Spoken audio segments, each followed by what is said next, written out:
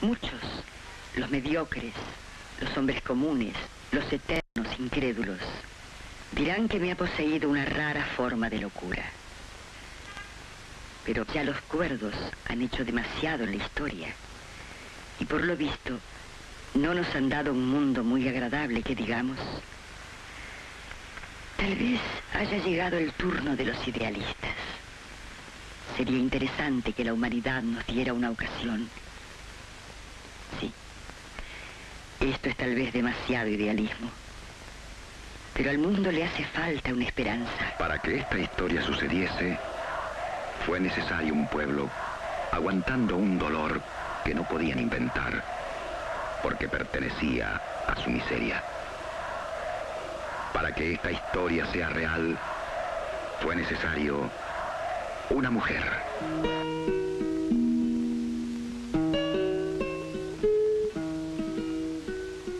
Yo no era ni soy más que una humilde mujer, un gorrión en una inmensa bandada de gorriones.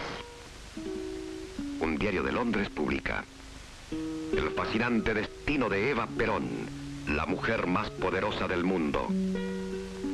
Son dos conceptos y dos realidades que marcaron el destino de esta historia que no tiene similares en toda la humanidad.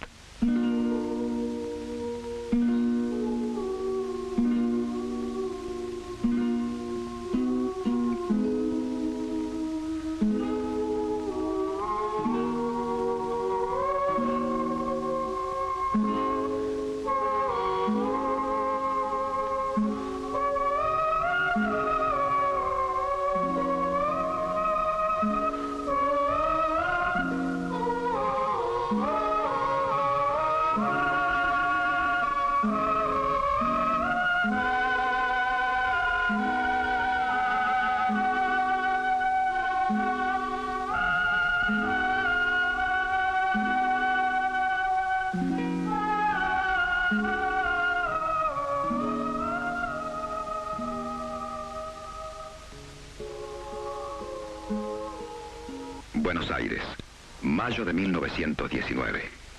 El país se sacude por lo que la historia distinguiría como Semana Trágica. Era presidente Irigoyen, inspirador de muchas leyes obreras. No obstante, el desconformismo originó agitaciones que se desencadenaron en una huelga que costara la vida a ciudadanos, la mayor parte de condición humilde. Fue en la semana del 3 al 14 de mayo.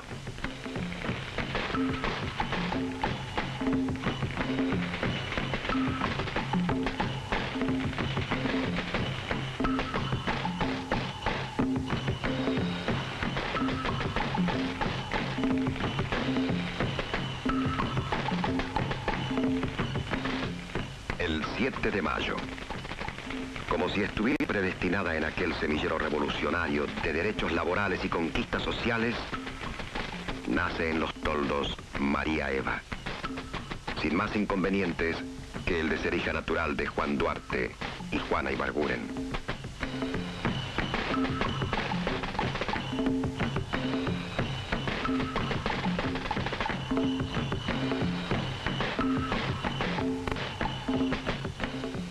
Nuestro pueblo ha vivido más de un siglo de gobiernos oligarcas, cuya principal tarea no fue atender al pueblo, sino más bien a los intereses de una minoría privilegiada, tal vez refinada y culta, pero sórdidamente egoísta.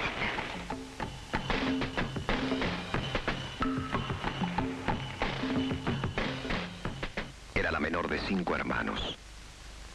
A los 7 años muere su padre. Allá en la otra casa que tiene en Chivilcoy, con sus hijos legales, su hogar decente y legítimo.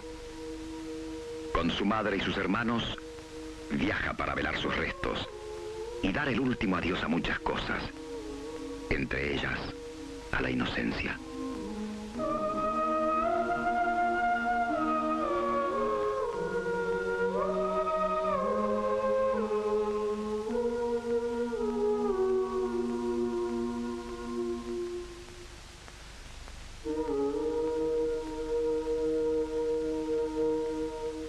De cada edad guardo el recuerdo de alguna injusticia que me sublevó desgarrándome íntimamente.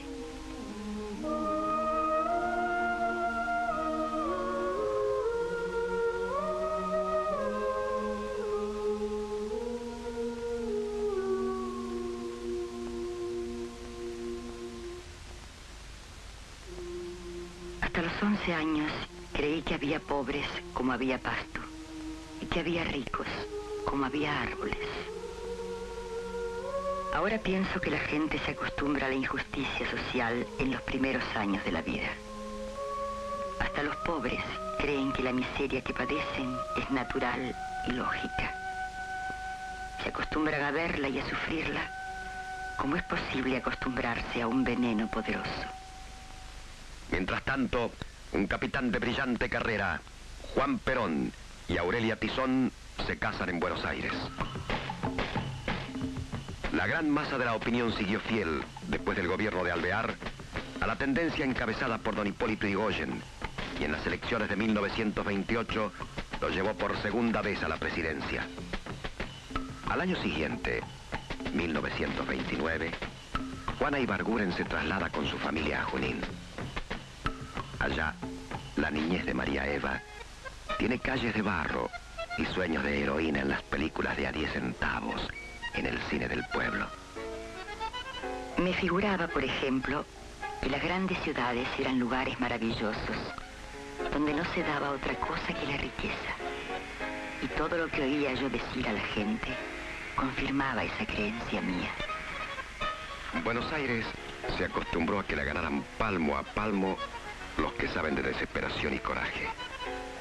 Y esa apenas adolescente era lo único que tenía para jugarse. Agustín Magaldi era la voz del momento, lo estable, el hombre triunfo. Y el 3 de enero de 1935 se aloja en el departamento que el cantante comparte con su mujer en la inaccesible y devoradora máquina de sueños, la capital. Muy temprano en mi vida dejé mi hogar y mi pueblo. Y desde entonces he sido siempre libre.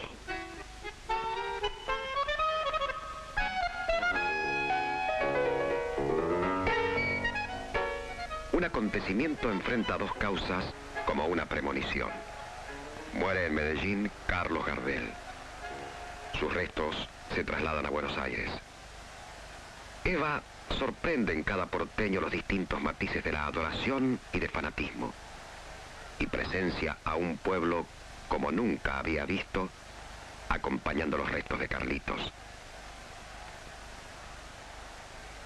Ídolo y pueblo, dos causas que se encadenan hasta siempre, mientras el ídolo sea el espejo de su pueblo.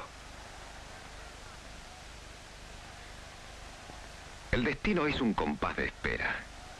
Mientras tanto, Eva comienza su peregrinaje por escenarios representando papeles de tercera categoría, pero indispensables para subsistir. En 1938, protagoniza un mediometraje para una película de carácter didáctico. Tenía 18 años. Hasta aquí es solo un rostro. Una imagen con toda la carga de una niña olvidada. De un padre que muere cada vez en sus recuerdos. De su madre, de Junín, de sus hermanos, de sus sueños, de sus calles de barro y de una fe que protege su... ¿Por qué no? No esperaba encontrar un laboratorio tan completo aquí. Lo es. Parece usted desalentado. Este es el rostro que señaló el destino para el asombro de la historia.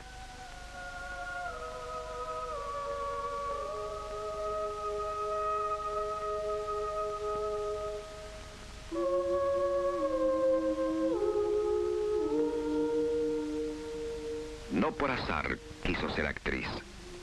En esa época en que la sociedad negaba derechos a la mujer, su carrera le daría la libertad de ser ella misma. El país vivía un momento de transición. La sociedad patriarcal, todavía aferrada a principios colonialistas, se volcaba hacia un capitalismo industrial de burguesía prejuiciada. La actriz desplazaba en privilegio a la dama de sociedad. En el teatro, por lo menos, se representa algo que existió alguna vez o que puede existir. En el teatro, el artista sabe que es alguien. En la vida social, las mujeres son artistas representando ¿qué? Nada. Absolutamente nada. Nunca envidié quise a esa clase de artistas.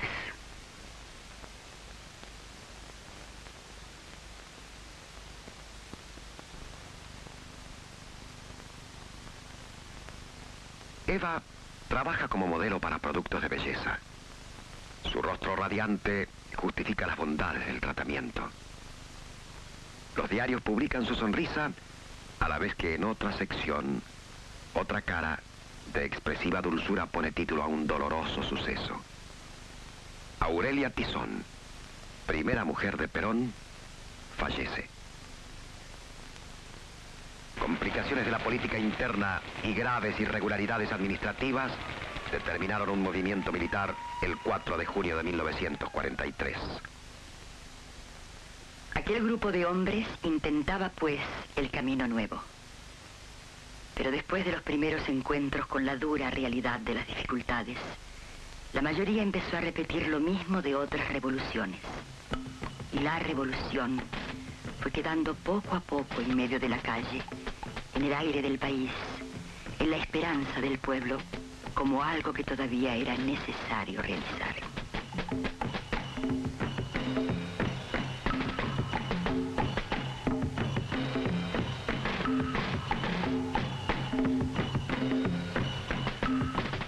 Sin embargo, entre los gestores de aquel movimiento, un hombre insistía en avanzar por el camino difícil. El coronel Perón es designado jefe de la Secretaría del Ministerio de Guerra. Yo lo vi aparecer desde el mirador de mi vieja inquietud interior. Al poco tiempo se hace cargo del Departamento Nacional de Trabajo y un mes después, al crearse la Secretaría de Trabajo y Previsión, Perón es nombrado secretario. Era evidentemente distinto de todos los demás. Su carrera es meteórica. Por primera vez el pueblo cree en promesas de una mejora en su precaria situación.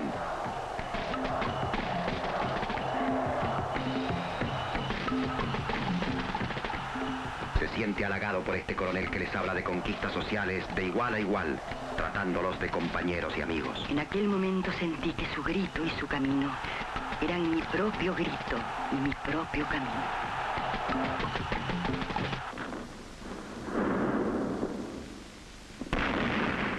El 15 de enero de 1944, una tragedia enluta al país. San Juan agoniza después de su cruel terremoto. Miles de muertos y heridos. Familias sin techo recorren los montes de escombros. Entonces, el destino consuma su mejor golpe de efecto y puso semilla para la historia. Eva precisó de conmociones colectivas para que se realizaran sus grandes acontecimientos. Nace en la Semana Trágica. Llega a Buenos Aires cuando muere Carlos Gardel.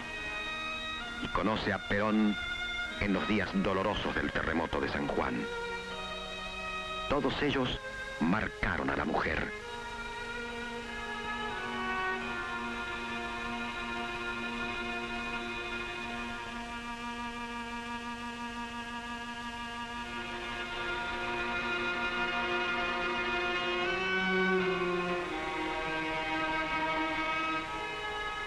Un trabajo alucinante la espera. 3 audiciones radiales diarias le hacen olvidar los pasados años de privaciones y esfuerzos. Eva se convierte en fanática de la doctrina de Perón.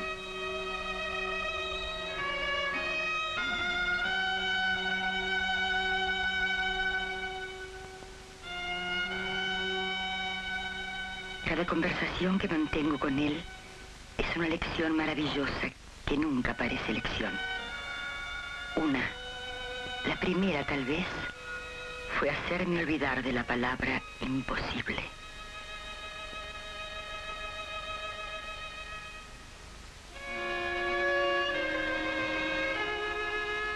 Por la noche encabeza la compañía que transmite biografías de mujeres célebres. ¿Sospecharía ya la suya propia? ¿O simplemente descargaba en ellas todo su potencial de mujer mundo, mujer caudillo, mujer símbolo?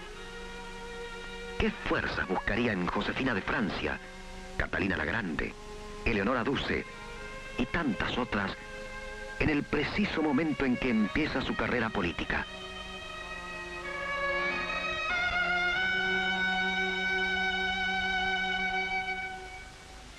Su relación con Perón la ubica en un lugar de privilegio en el mundo de los intereses artísticos y políticos. Familiares y amigos ocupan cargos en distintos organismos de gobierno, y su capacidad de trabajo señala ya su incomprensible sacrificio. Fue una época torpe. La sensación que da el poder tan súbitamente alcanzado deshace su equilibrio. Su conciencia profesional disputa con el resentimiento y la revancha. Tienen razón mis supercríticos. Soy una resentida social. Pero mi resentimiento no es el que ellos creen. Mi resentimiento social no me viene de ningún odio, sino del amor. Del amor por mi pueblo, cuyo dolor ha abierto para siempre las puertas de mi corazón.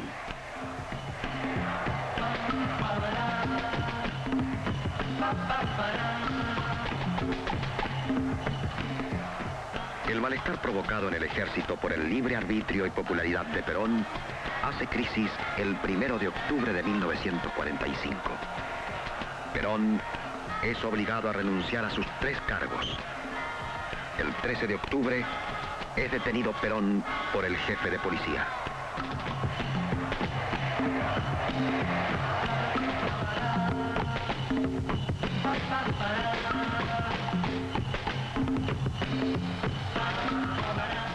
Comienza entonces el más extraño fenómeno de magnetismo, de fuerza de convicción, de coraje, desesperación. Eva, acompañada por Cipriano Reyes e Isabel Ernst, recorre durante 3 días fábricas y sindicatos, sublevando con su sola voz a los obreros.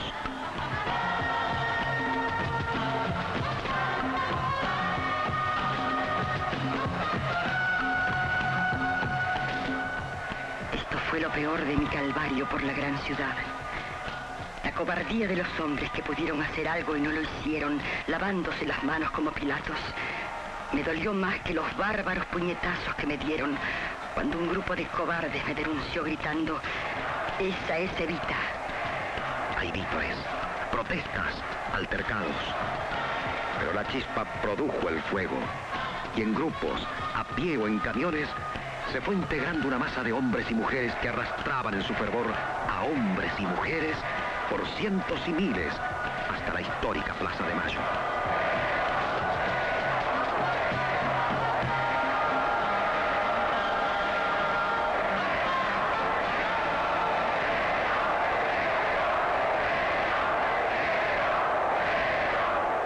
Eva puso a Perón frente a su pueblo y al pueblo frente a Perón. Era el 17 de octubre de 1945.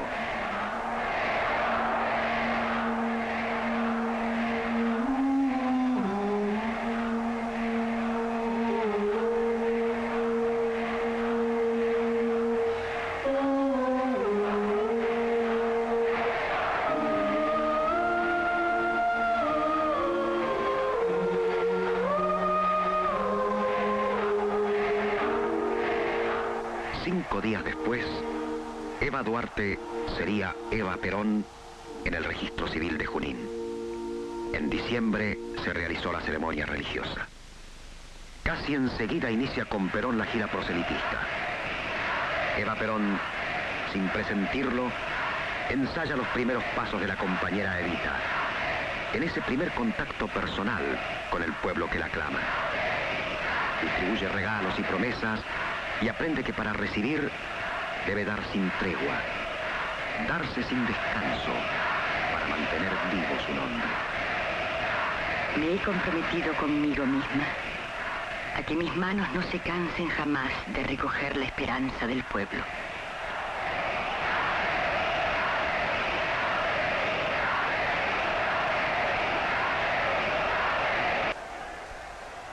El país se divide en 2 grupos definidos: los peronistas y los que no lo son. Ante el número creciente de unos, surge una coalición de partidos para contrarrestar la pujante masa proletaria que sigue al líder. Un embajador americano, Braden, colabora activamente en la campaña antiperonista. Se integra entonces la Unión Democrática cuya fórmula es tamborín y mosca. Ellos representan la tradición, sus próceres, lo establecido, lo institucional, la clase alta y jerarquizada que por generaciones venía gobernando al país. Esos supuestos líderes obreros se aliaron con la más rancia oligarquía y al amparo de la prensa conservadora y del capitalismo conjurado contra los argentinos, intentaron la destrucción del líder en 1946. Se establece entonces, y en forma definitiva, la división de clases. Los unos son los descamisados, cabecitas negras, chusma y otros calificativos que el mismo pueblo emplea cuando quiere restar categoría humana a su propia esencia. Los otros son los oligarcas, capitalistas, vendepatria, por los mismos motivos equivocados del sentido universal de la palabra pueblo. Estos apelativos, ampliamente utilizados por ambas partes, han dejado profundas huellas en la unidad nacional. Pero fue indiscutiblemente necesario para sacar del anonimato a una masa postergada que vislumbraba la conquista de sus derechos. Los partidos políticos asociados conocen momentos de real fervor popular.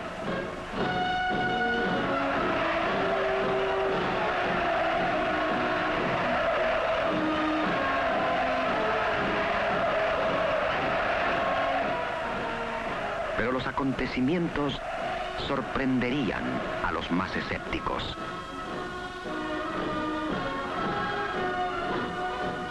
Las elecciones se cumplen dentro de la mayor normalidad. Las campañas cierran sus prédicas por una Argentina mejor. El país entero espera con avidez los resultados de este escrutinio, que por primera vez divide en dos partidos tan opuestos al futuro de la nación. Perón es electo el 24 de febrero por el pequeño margen de 320.000 votos. Y el 4 de junio asume la presidencia de la República. Evita representa a todas las mujeres olvidadas. Evita redime a todos los marginados. El pueblo, esa masa viva que no importa cuántas veces sufra, ni pase hambre, ni sea relegada. Ese manto de 1000 cabezas que a veces duerme y otras devora con su ira, había reconocido en Eva a uno de los suyos y depositaba en ella, como en un espejo, su propia miseria y sus sueños.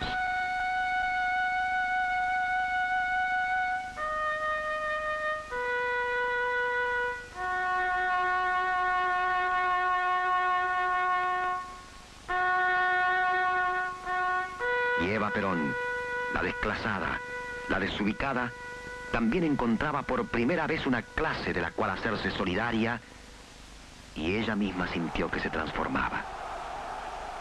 Reclama ser presidenta de la Sociedad de Beneficencia por ser la esposa del presidente. Su nombre es elegantemente rechazado, alegando su extremada juventud. La Sociedad de Beneficencia es disuelta y Eva Perón crea en su lugar la Fundación de Ayuda Social.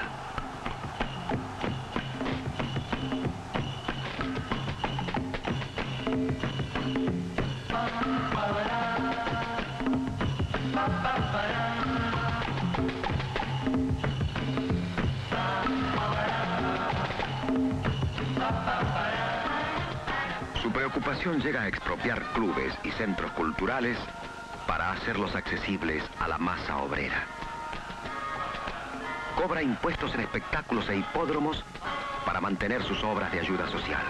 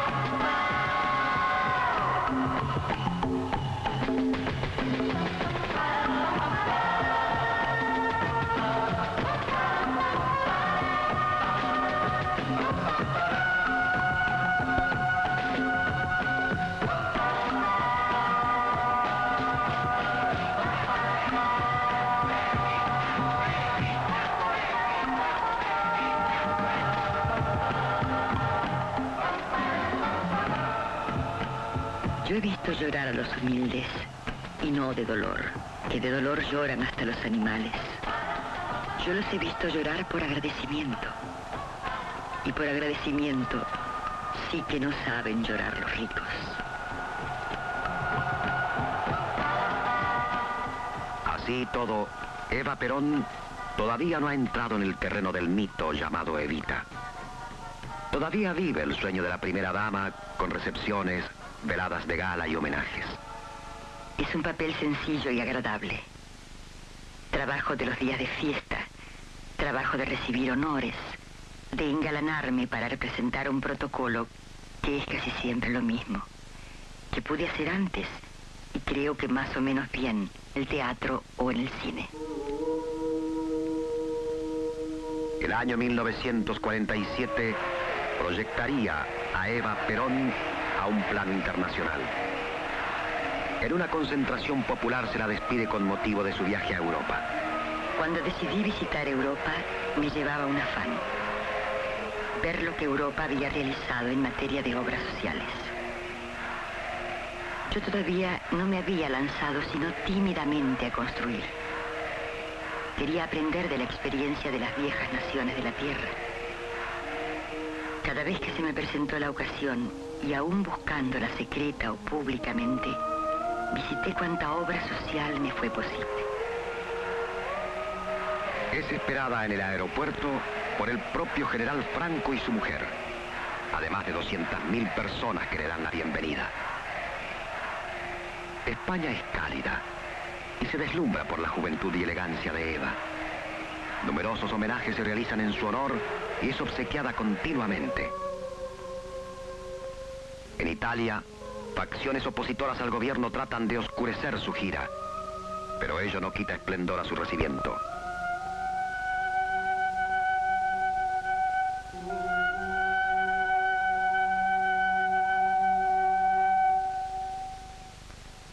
Allí diría: llevo un nombre que se ha transformado en grito de batalla para todas las mujeres.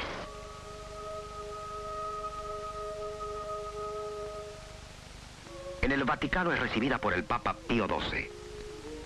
2 años bastaron para transformar a esta mujer de oficio actriz, que apenas se la conocía en su patria, en el centro de agasajo de los más altos poderes gubernamentales de Europa. 2 años.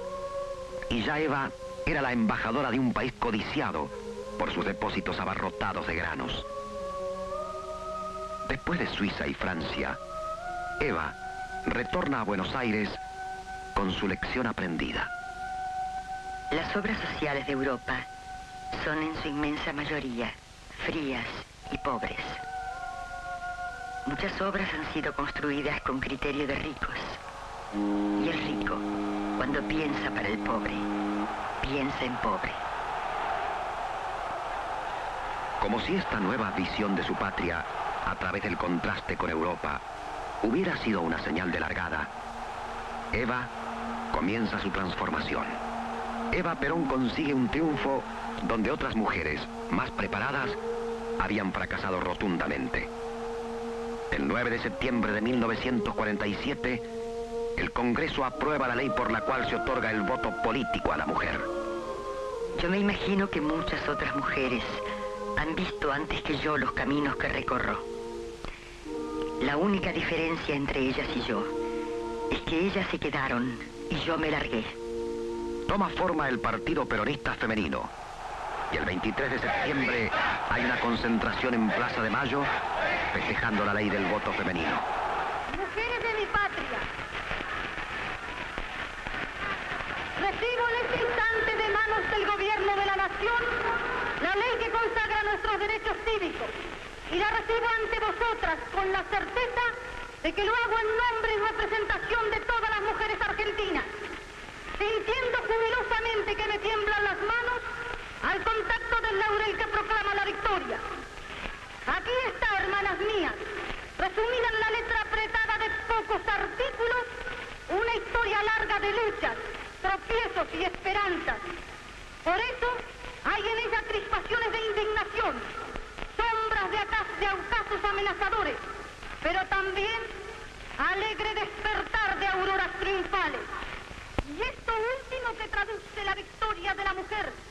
las incomprensiones, las negaciones y los intereses creados de las castas repudiadas por nuestro despertar nacional.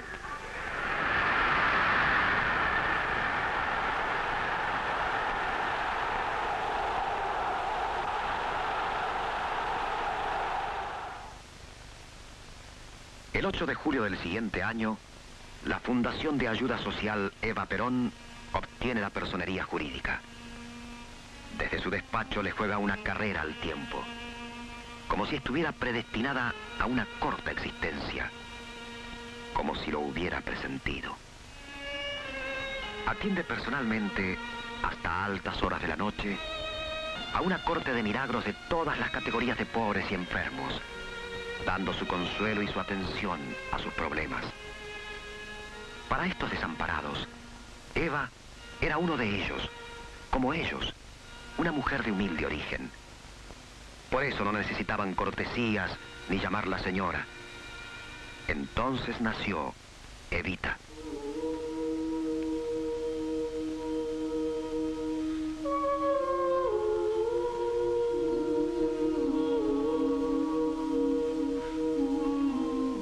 Prefiero ser Evita a ser la mujer del presidente de la República. Si ese Evita sirve para algo a los descamisados de mi patria. Miles de cartas de todos los puntos del país llegan a su despacho. Problemas de vivienda, desalojo, enfermedad, de empleo. Son almas destrozadas por el dolor y la injusticia. El hambre, la miseria, las han hecho caer en todos los errores. Y llega un momento en que no saben ya qué camino seguir. Por eso grito muchas veces hasta enronquecerme y quedar afónica. Cuando en mi discurso se me escapa la indignación que llevo, cada vez más viva, casi como una herida en el corazón.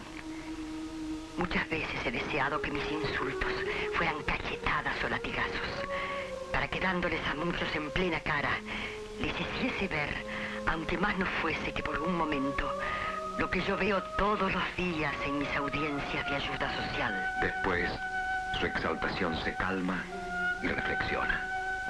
Yo sé que mi obra es como una gota de agua en medio del mar. Se equivocó. Su ayuda personal, mano a mano con la miseria, no podía mitigar los grandes males sociales que aquejaban a su pueblo. Pero la gran fuerza de su imagen, detrás de la mesa, consolando a los humildes, fue la llave que abrió el corazón de miles de desamparados que crearon alrededor de ella el mito.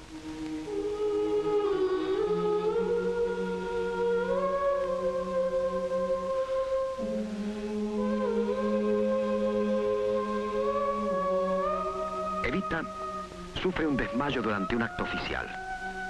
Es operada de apéndice el 12 de enero de 1950.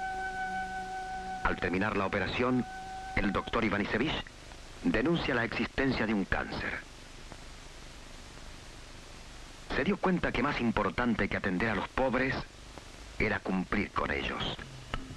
Los pedidos de ayuda son clasificados por categoría y localidad, por cientos de empleados. Talleres y fábricas se dan a la tarea de confeccionar artículos de primera necesidad.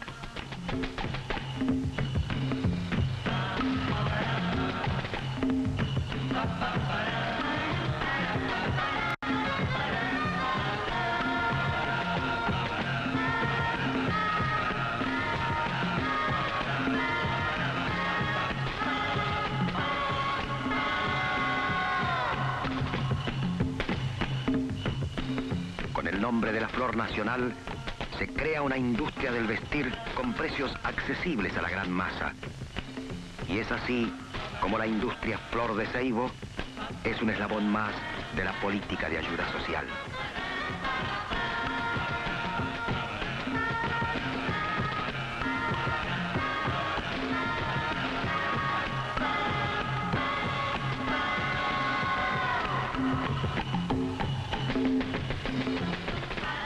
Para atender a los ancianos desvalidos, hubo que construir hogares para ancianos. Para poder alojar a los niños huérfanos o abandonados, hubo que organizar la construcción de los hogares escuela y sembrarlos por todo el país.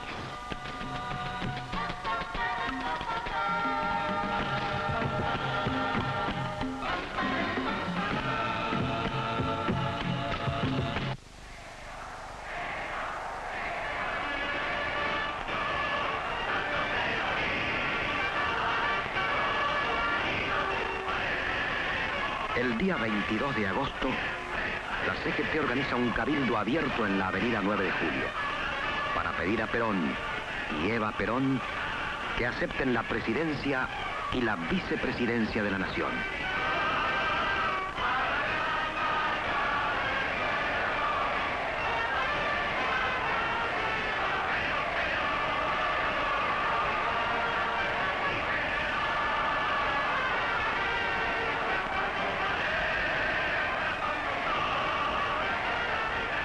Como nunca, la concentración colma la avenida más ancha del mundo con delegaciones provinciales, sindicatos y gremios. Se prevé 1 millón de personas. La realidad casi duplica los cálculos.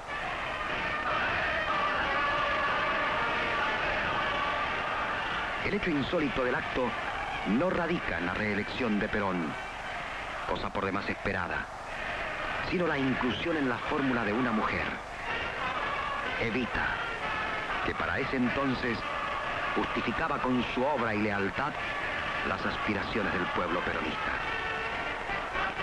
Perón aparece solo en el gigantesco palco.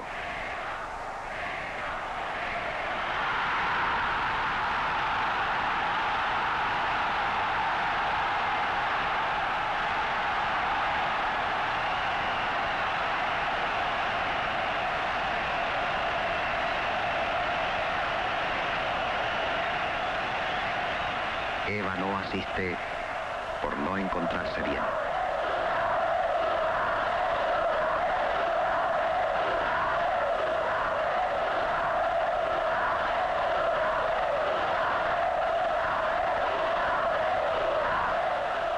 Es mandada a buscar ante la insistencia del público.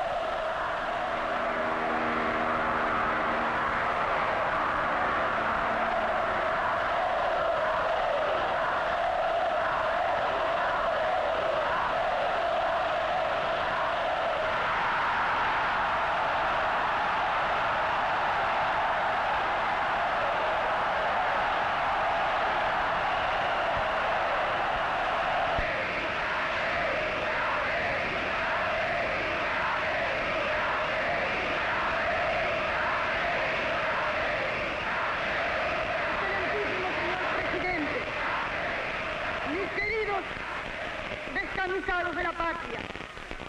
Es para mí una gran emoción encontrarme otra vez con los descansados, como el 17 de octubre y como en todas las fechas en que el pueblo estuvo presente.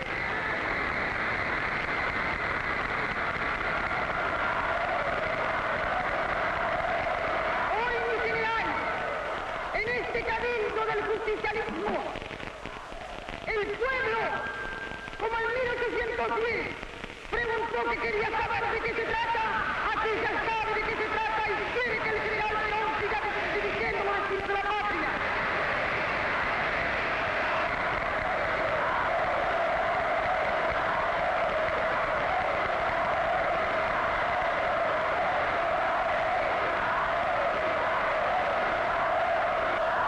El pueblo le pide que acepte la candidatura.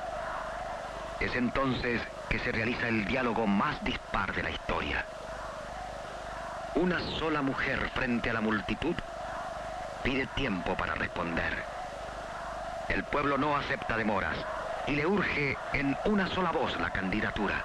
Yo les pido a la Confederación General del Trabajo y a ustedes, por el cariño que nos une, por el amor que nos profesamos mutuamente, que para una decisión tan trascendental en la vida de esta humilde mujer, me den por lo menos 4 días para pensar en mi decisión.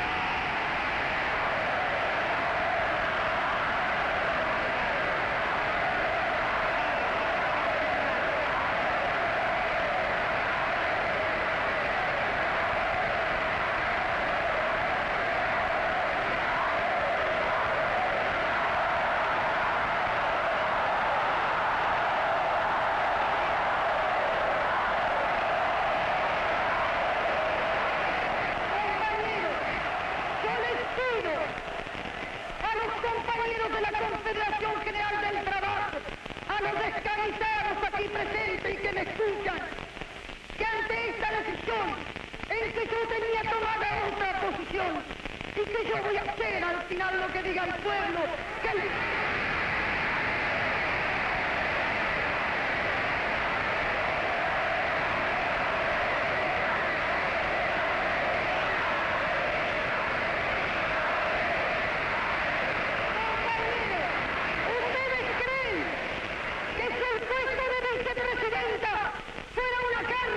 y que fuera una solución.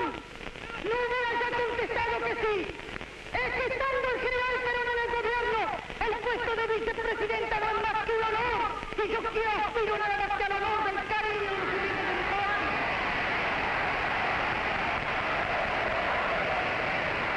Mañana, cuando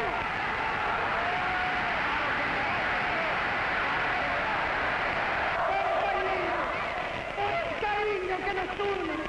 Yo les pido, por favor, no me hagan hacer lo que no quiero hacer.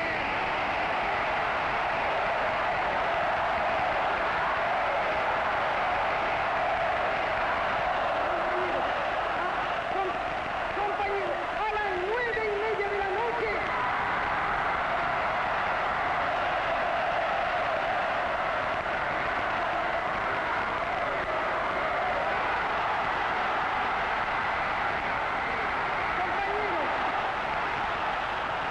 Lo menos que puedo pedir es que ustedes encadenen a todo el país.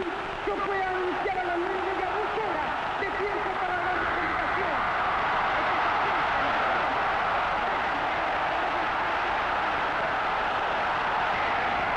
¡Compañeros! La compañera Erika nos pide que se la espera. Aquí esperamos su resolución. No nos movemos hasta que no nos dé la respuesta favorable a los deseos del pueblo trabajador.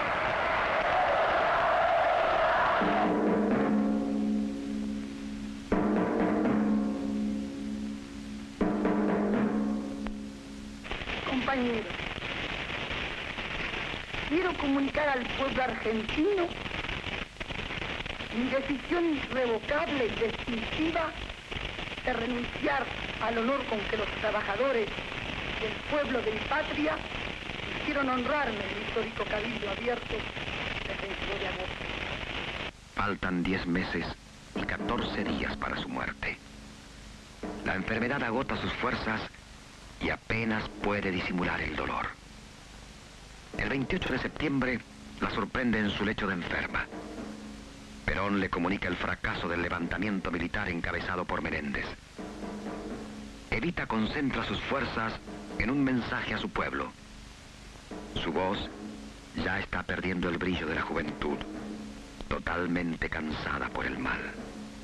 El pueblo argentino tiene derecho a ser respetado y a ser defendido en su voluntad soberana, en sus derechos y en sus conquistas, porque es lo mejor de esta tierra. Yo espero estar pronto en la lucha con ustedes, como todos los días de estos años felices, y por eso les pido que rueguen a Dios para que me devuelva la salud que he perdido, no para mí, sino para Perón y para ustedes, para los descansados. A todos les dejo un gran abrazo de mi corazón, para el que no hay otra cosa en el mundo que es el amor de Perón y de mi pueblo.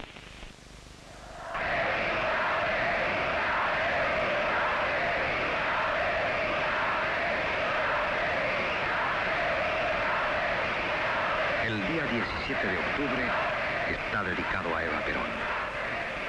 El pueblo le rinde su homenaje por el generoso renunciamiento a la vicepresidencia.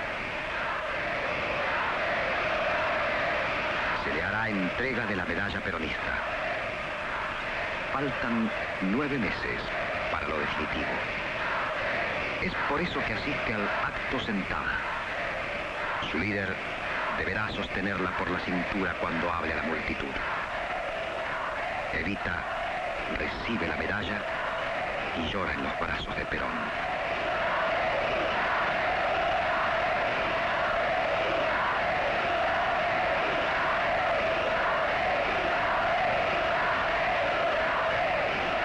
Él dirá de ella en su discurso: nunca podrá verse resuelto un homenaje más justiciero, más hondo y más honorable que esta ocasión del 17 de octubre a Eva Perón.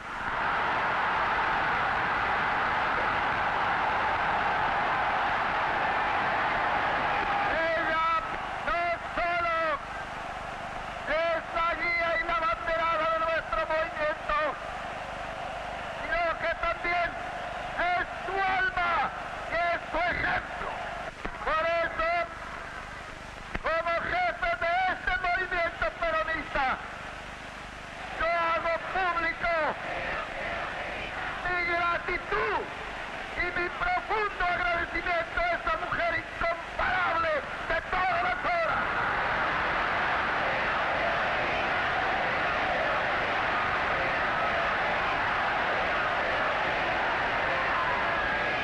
Ella, para nosotros, nació con el justicialismo, lanzó a las falanges peronistas el soplo vivificador de su espíritu incomparable para iluminarlo y lanzarlo hacia los pastos de la historia.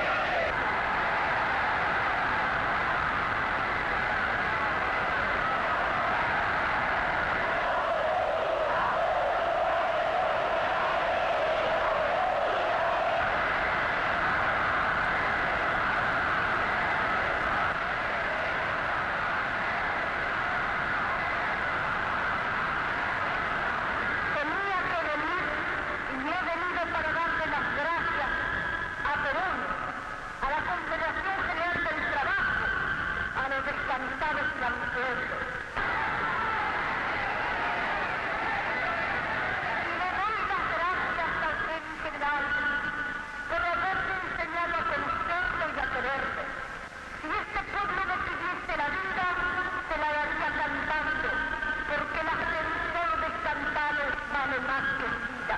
Yo les pido hoy, compañeros, una sola cosa: que juremos todos públicamente defender a Perón y luchar por él hasta la muerte. Y nuestro juramento será dejarle ante él su voto para que nuestro hijo siga hasta el último rincón del mundo la vida por Perón.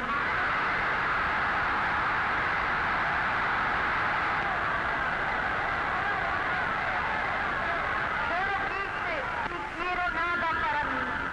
Mi gloria es y será siempre el escudo de Perón y la bandera de mi pueblo.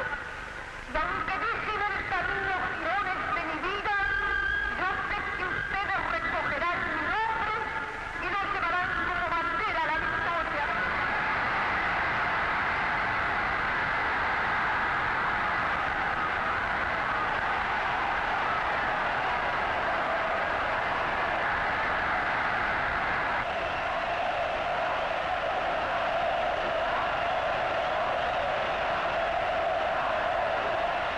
El amor es darse, y darse es dar la propia vida. Su vida, que cada vez más quedaba en pedazos, impotente y asombrada por la juventud, por todo lo que nunca más tendría de promesas y de lucha. En un intento de prolongar sus días, fue operada el 3 de noviembre por los doctores Finocchieto y el famoso cancerólogo norteamericano Dr. George Pack. Es la primera ocasión que se hace práctico el voto femenino. Impulsada por su fanático fervor, vota desde su lecho el 11 de noviembre. Dada de alta, asiste a la entrega de la medalla que se hace al doctor Finocchieto por la exitosa operación realizada a la señora de Perón.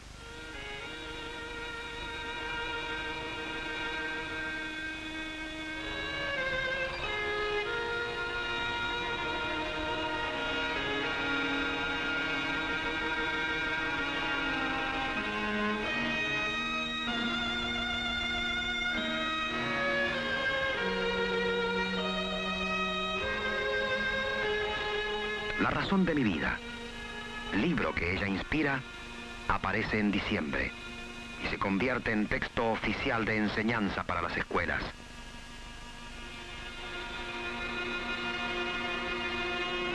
El 1 de mayo, su último 1 de mayo, Eva Perón hablará para su pueblo. Yo saldré con el pueblo trabajador. Yo saldré con las mujeres del pueblo. Yo saldré con los descamisados de la patria, muerta o viva, para no dejar en pie un solo ladrillo que no sea peronista. Muerta o viva, es la condición que se imponía para lo breve de su tiempo.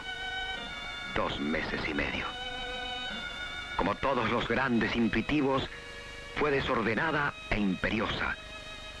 Se volcó hacia el sectarismo más que a un partido. Fue más mujer que político. Como mujer, dio de sus defectos y de su corazón. Como político, dejó un pueblo sin estructuras y con un nombre, el suyo, como esperanza. Su desbordante pasión se metodiza por el deber y hace de su misión su inexplicable sacrificio. La humilde mujer, como solía llamarse, vivió en su corta existencia todos los matices de la gloria. Su gran virtud fue la autenticidad, y si creyó ser más de lo que fue,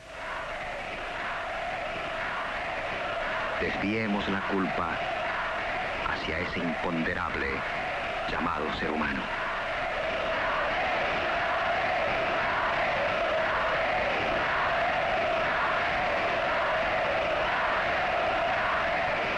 Juan Domingo Perón, electo presidente de la República.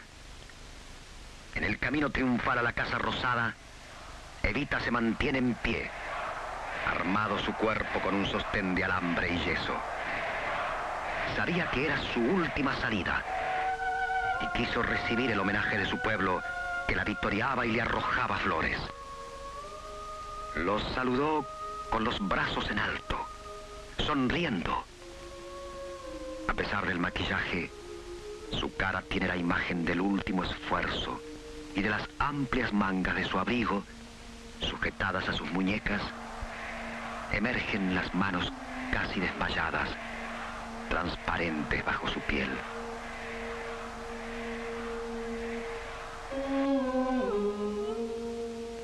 Su pueblo presiente la tragedia y reza por su curación.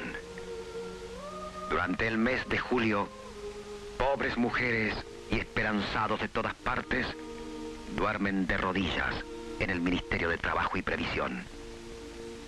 Se vive un clima de tristeza. He sufrido mucho, pero mi dolor valía la felicidad de mi pueblo. Yo no quise negarme. Yo no quiero negarme. Yo acepto sufrir hasta el último día de mi vida, si eso sirve para restañar alguna herida o enjugar alguna lágrima.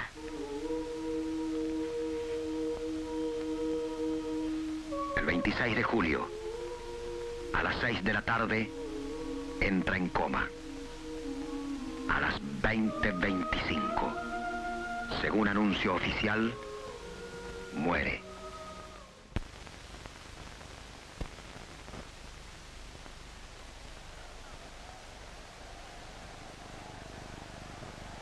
Aquí termina y empieza el mito de Eva Perón, de la compañera Evita, de Evita de los humildes.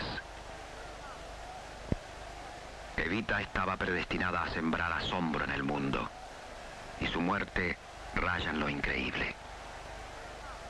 Ese 26 de julio puso final a la espera a las 20:25. El milagro no llegó hasta ellos. Pobre raza de pueblo que ante lo inevitable solo les queda la fe, y que cuando la fe los traiciona buscan otra esperanza que también es fe. El miedo compartido es menos miedo. El miedo de las masas tiene trágica belleza. A veces destruye. Otras las viste de imponente coro que modula una sola nota. Dolor. Y los hace más humanos.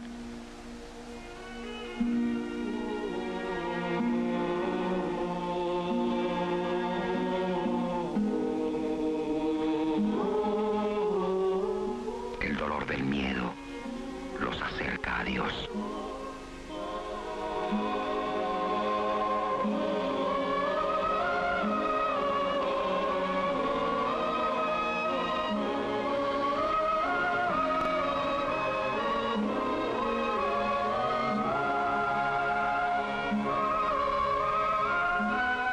Todos los recuerdos se agolpan cuando termina una esperanza.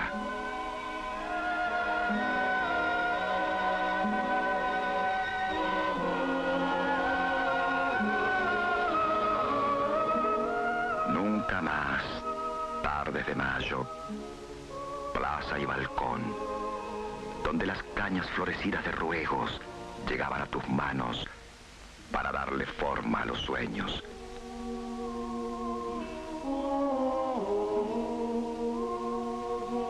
Nunca más tu voz, haciéndonos sentir menos solos, porque la soledad se posterga siempre y siempre cuando alguien se acuerda de los que llaman.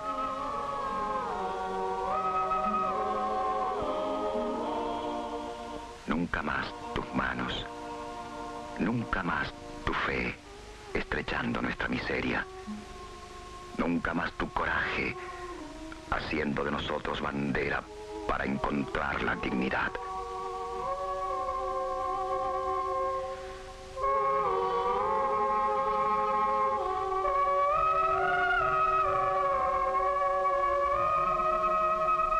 El contraste con el desamparo los lleva a conocer aún más su dolor.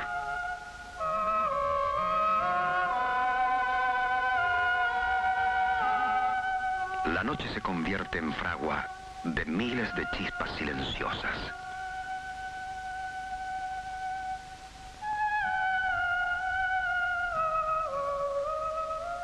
Es el homenaje por aquella vida que ellos recogieron como fuego, amor y respeto. Todo su homenaje estaba allí, consumiéndose en la tea, faro de la esperanza, luz breve que apenas calentará su mañana de frío.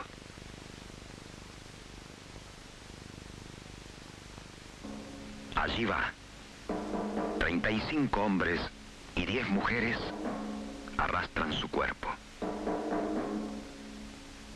Ella sola arrastró multitudes.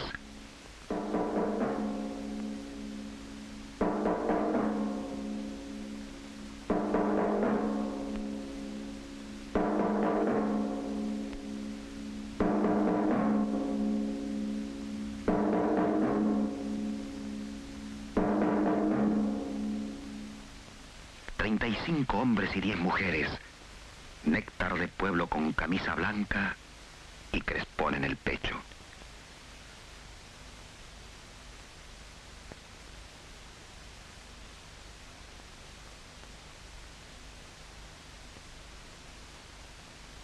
Extraño pulpo de 45 brazos y 45 corazones, llevando uno solo, que pesa como el de todo un pueblo.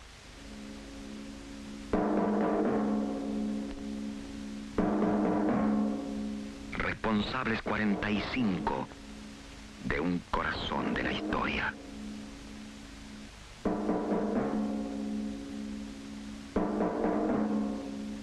Allí van. Es un cortejo de incrédulos. No ven la muerte que llevan porque no aceptan volver a esperar.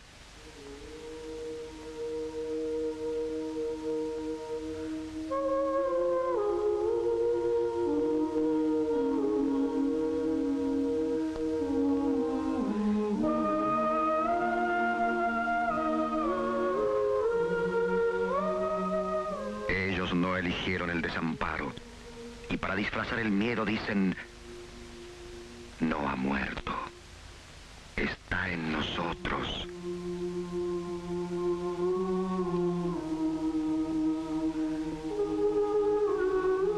Y es por eso que necesitan verla una vez más, para terminar con las quimeras y ponerle defensas a la realidad.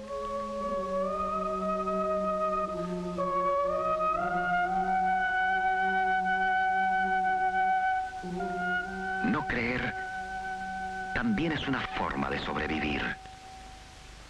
Esta larga caravana, que por más de 3 kilómetros, a sol y a noche, a frío y lluvia, puso un eje en la ciudad, espera paciente ese pequeño instante que quiebre la última ilusión, cada vez más breve, a medida que las calles de Flores acortan las distancias.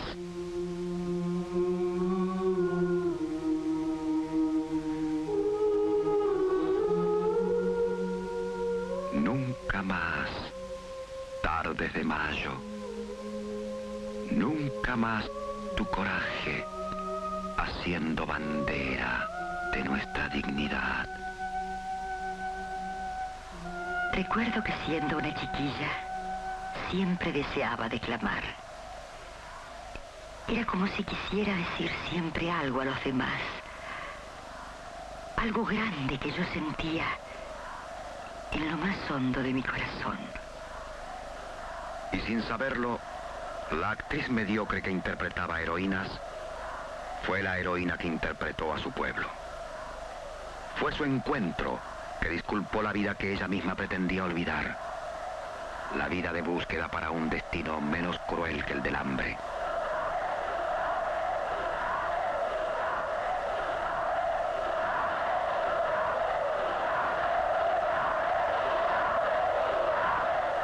Somos espectadores, con el asombro que nos provoca algo cuyas dimensiones no somos capaces de alcanzar. Apenas sí las podríamos soñar. Por eso aceptamos, sin más lógica que el sentimiento, el fenómeno de fanatismo que provoca el nombre Evita. Y asistimos perplejos a las contradicciones. Su entrega para con los humildes y su protocolo con rezagos de clase burguesa ostentados en recepciones y agasajos.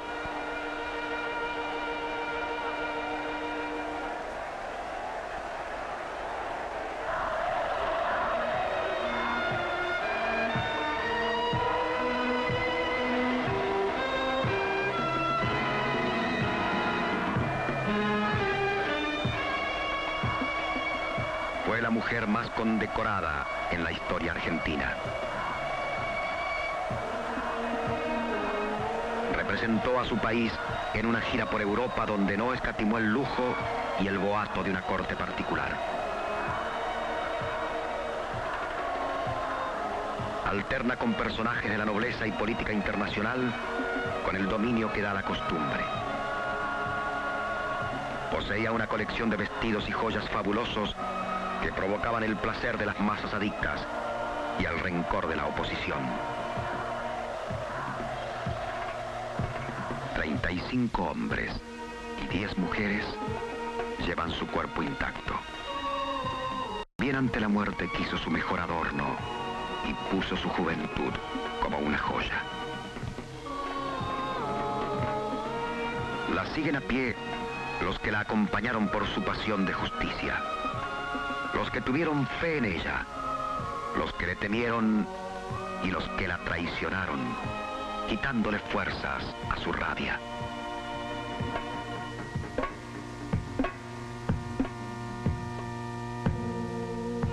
He dicho que no me guía ninguna ambición personal. Y quizá no sea del todo cierto. Sí, confieso que tengo una ambición, una sola y gran ambición personal. Quisiera que el nombre de Evita figurase alguna vez en la historia de mi patria. Y me sentiría debidamente, sobradamente compensada si la nota dijera: de aquella mujer solo sabemos que el pueblo la llamaba cariñosamente Evita.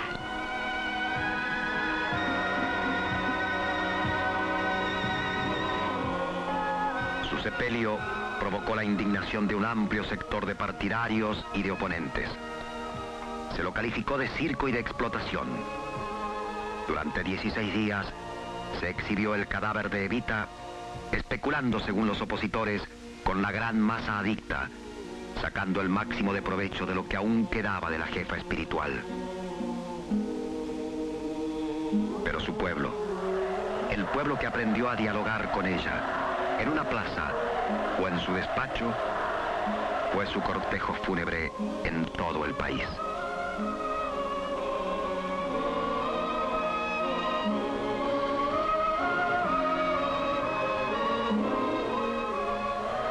En cada unidad básica, en cada sindicato, en cada hogar peronista, se llora sin consuelo su pérdida, y su efigie es ofrendada con flores como si se estuviera ante ella misma.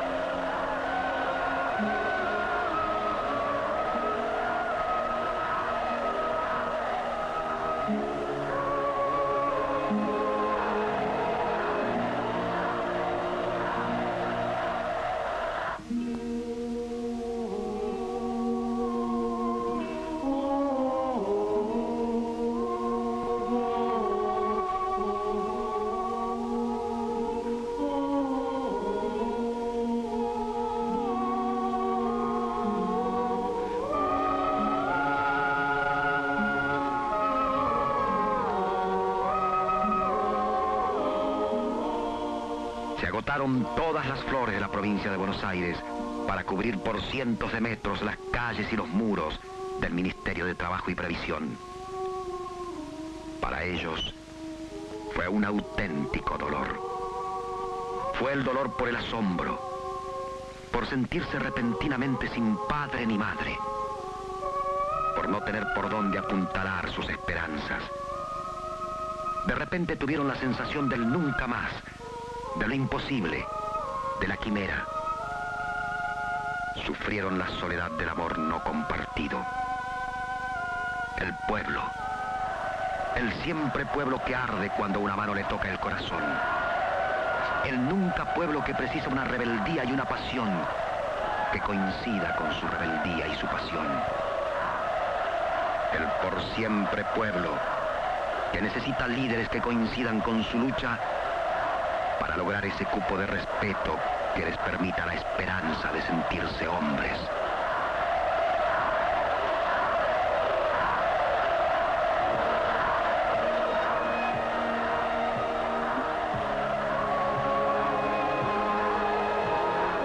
Su despacho ha quedado vacío.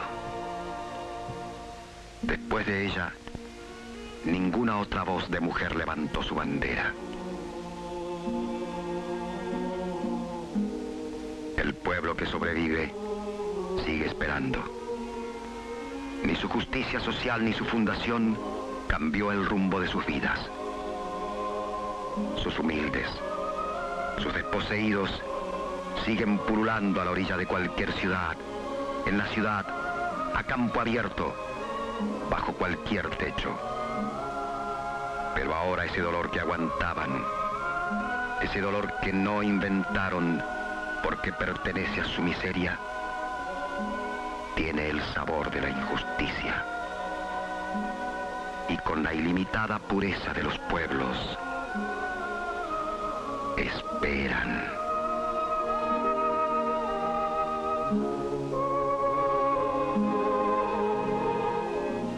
Yo estaré con ellos para que sigan adelante y por el camino abierto de la justicia y de la libertad hasta que llegue el día maravilloso de los pueblos. Yo estaré con ellos peleando en contra de todo lo que no sea pueblo puro, en contra de todo lo que no sea la raza de los pueblos. Yo estaré con ellos.